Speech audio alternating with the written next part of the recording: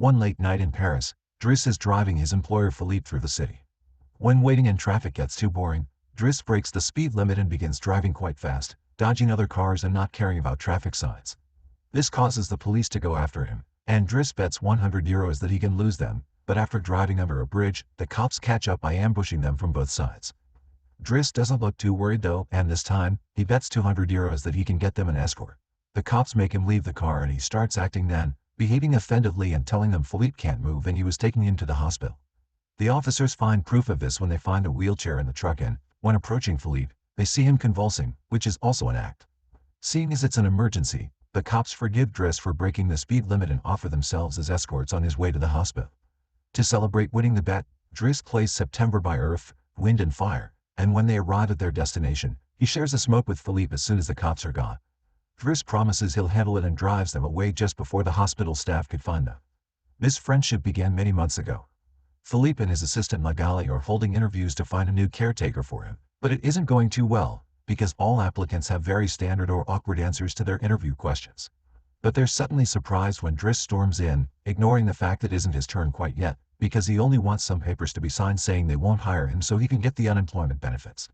He's blunt and a little rude, even hitting on Magali, but Philippe finds him amusing and asks him to come back the next day for his signed papers.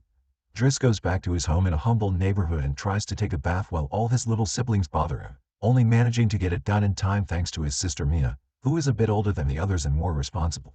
While waiting for their mom to arrive, he looks through the window and notices his brother Adama getting out of a suspicious car. When the boy enters the apartment, he just says he was at school and leaves again after grabbing his bag, causing Driss to be even more sure that he's up to something. In the evening, his mom arrives, and he gives him a Fabergé egg he stole and tells her he's been away on vacation when she asks. She isn't happy to see him though, because he disappeared for 6 months and never called, and now he's shown up out of nowhere as if her home was a hotel. As she's absolutely done with all his lies and she has other children she has to take care of, she kicks him out and tells him not to come back. Driss spends the night having a smoke and some snacks with some neighborhood friends. The next day, Driss goes back to Philippe's house for his papers, and he's received by the housekeeper Yvonne, who shows him around the place and tells him about Philippe's daily routine. She also shows him the room he would get for himself with his very own bathroom. Driss can't help staring at the bathtub before he's dragged to see Philippe, who offers the signed sheet of paper but also a job opportunity. Driss accepts the 1-month trial, and Philippe tells him he bets he won't last 2 weeks. After bringing his things to his room, Driss is taught how to take care of Philippe.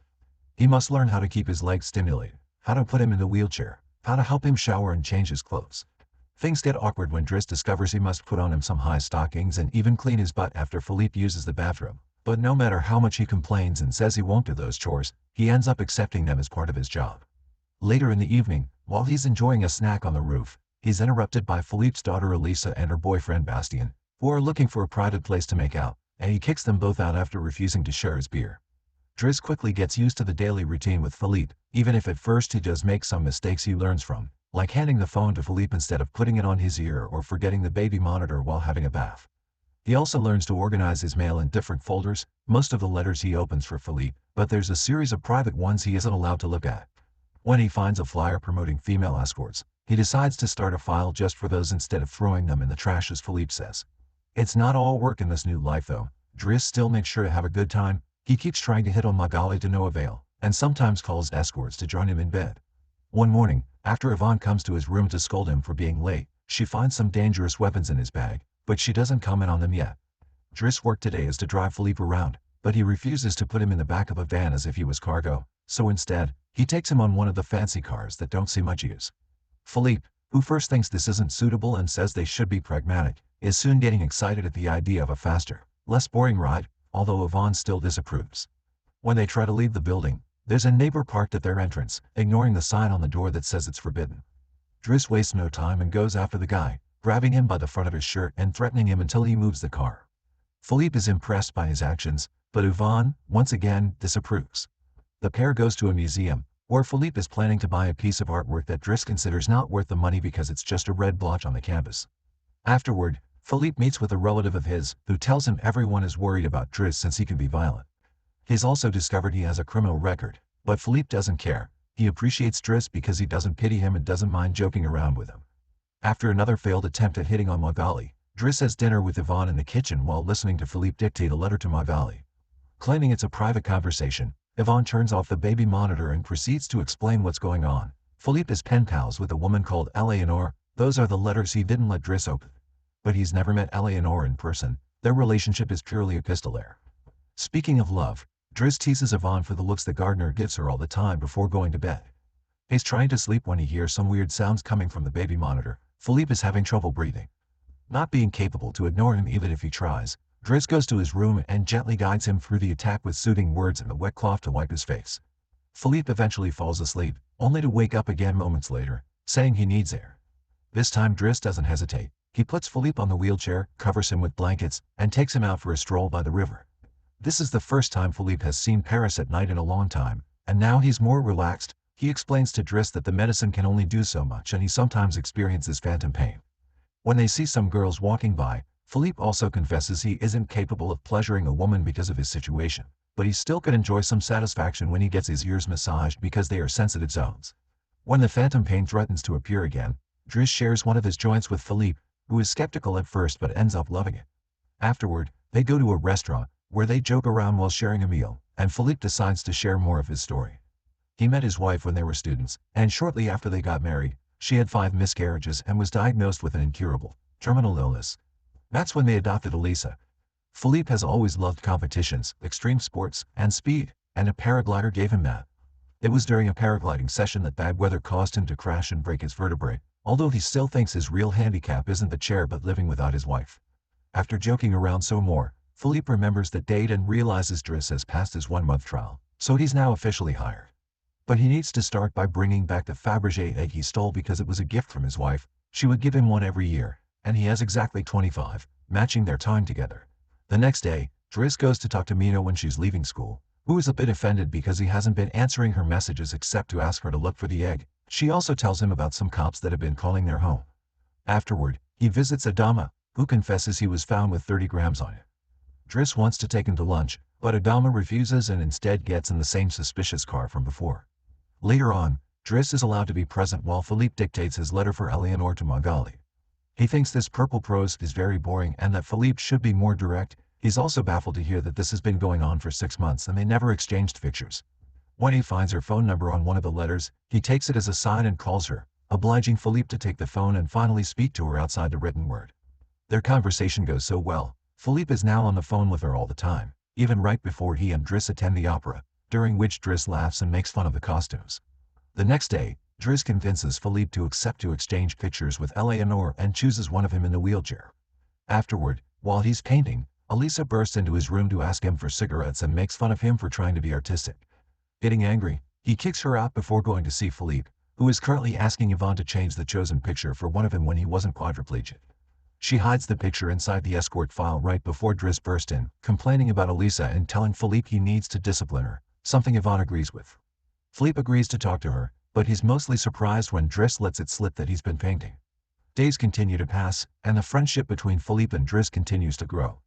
Driss takes him to play in the snow and brings him with him when he goes out for a run. Philippe gets him his first suit and scolds his daughter while Driss listens to him through the baby monitor. When Driss finishes his first painting, he shows it to Magali, who slaps him when he tries to kiss her. Philippe, however, likes the painting and promises he'll try to sell it. The two of them have a great time with each other, enjoying things like getting a faster car, sharing joints, and even hiring escorts together. When Philippe's birthday comes, he isn't very excited about it. Every year, he pretends to be surprised that they're throwing a party and has to meet with all these relatives that only come to see him on the date to check he's still alive. Philippe says it'll all be rather boring. While he and the guests enjoy some live classical music, Driss searches for Elisa, who is crying in her room after having taken some of Yvonne's pills, which won't kill her as she expected. The reason why she's sad is that Bastien broke up with her and called her a tart, so she asks Driss to talk to the boy, which he accepts to do for a price. Meanwhile, Philippe is showing Driss painting to his relative and manages to convince him to buy it for 11,000 euros. Driss goes back to the dining room and chats with Yvonne, who tells him Magali is in a relationship with someone named Fred, but things are rather rocky at the moment, giving Driss hope. As the party begins to die down, Philippe makes Driss listen to some of the most important songs in classical music history, but he can only joke in response. After the band is done, he brings his iPod and plays Booty Wonderland by Earth, Wind and Fire before he starts dancing right in the middle of the floor. He's an incredible dancer and he even convinces the rest of the party to join him and dance with him, which Philippe enjoys watching. Later, when putting Philippe to bed, Driss opens Eleanor's latest letter to him. She sent her picture, showing she's rather pretty, and is telling him they should meet next week when she visits Paris. When the day of the date comes, Yvonne and Driss put Philippe through dozens of outfits until they find the perfect one. And since it's Yvonne the one that will take Philippe to the date, Driss uses his day off to visit Bastien and threatens him until the boy accepts to apologize to Eliza and to bring her croissants every day. He also asks him to fix his hair. Afterward, he visits his mother at work, but only to watch her from afar. At the restaurant, Yvonne and Philippe are waiting for Eleanor, who is very late. After waiting for an hour, Philippe gives up, calls Driss to ask him to take him away, and then leaves the restaurant without noticing Eleanor is arriving at the same time. That same night, Philippe takes Driss with him in his private plane and gives him the money he got for selling the picture, making him immeasurably happy. They make it to the countryside the next morning, and Philippe decides to go paragliding, dragging Driss with him as well. Driss doesn't want anything to do with it, but after initially freaking out, he ends up enjoying the experience. When they return home, Adama is there waiting for Driss and gets scolded when he sees the scars on his face. Adama will still not tell Driss what's happening in his life though, so Driss makes him wait in his room while he calls Mina to tell her not to worry and goes to put Philippe to bed. Philippe, however, isn't sleepy yet. After making Driss look at a painting with him, he asks him about his family, which Driss at first doesn't want to talk about, but eventually gives in. It turns out Adama technically isn't his brother and his parents aren't actually his parents, they're his aunt and uncle. They fetched him from Senegal when he was 8 because they couldn't have kids, and his real name is Bakari Basari, but because other kids have that name, they called him Idris, and that became Driss. One day, his aunt miraculously was able to conceive, and after his uncle died, there were other men and more kids as well. In the same way Driss had talked to him about Elisa, Philippe points out that Adama needs discipline, so he fires Driss so he can be there with his family because he can't spend his whole life taking care of an old man. The next morning, after Bastien has brought his daily croissant while wearing a better hairdo, Driss packs his bags and gets ready to go. Magali comes to say her goodbyes, and when Driss tries to hit on her one last time, Magali introduces him to his significant other Fred, which is short for Frédéric. Turns out Magali isn't interested in men, and Driss gives up on the spot. On his way out of the house, he gives the baby monitor back to Yvonne and teases her for having lied to him about Magali just to mess with him. In return, she gives him the escort file he had started, and he's disappointed to find the picture he had chosen as hidden there. Driss throws away the file, but he keeps the photo for himself. Once outside, he finds a car once again blocking the entrance, so he asks him to move away even if he doesn't work there anymore. When Adama calls him out for it, Driss says the matter of principle. A few hours later, the two brothers go pick up their mother at the station while back at the house. Philippe is having his first dinner together with his new caretaker, who is stuffy and boring, and Philippe decides to leave him without even having a bite. Since Yvonne is out on a date with the gardener, nobody is there to scold him for it. As days pass, Driss goes back to his old life. He hangs out with his old friends again and tells the guys from the suspicious car not to bother Adama anymore. When he goes to an interview he doesn't have enough experience for, he manages to win over the employer by calling himself pragmatic and using all the art knowledge he acquired while working for Philippe. This lands him a job as a driver. Philippe continues to dislike his new caretaker and is in a constant bad mood.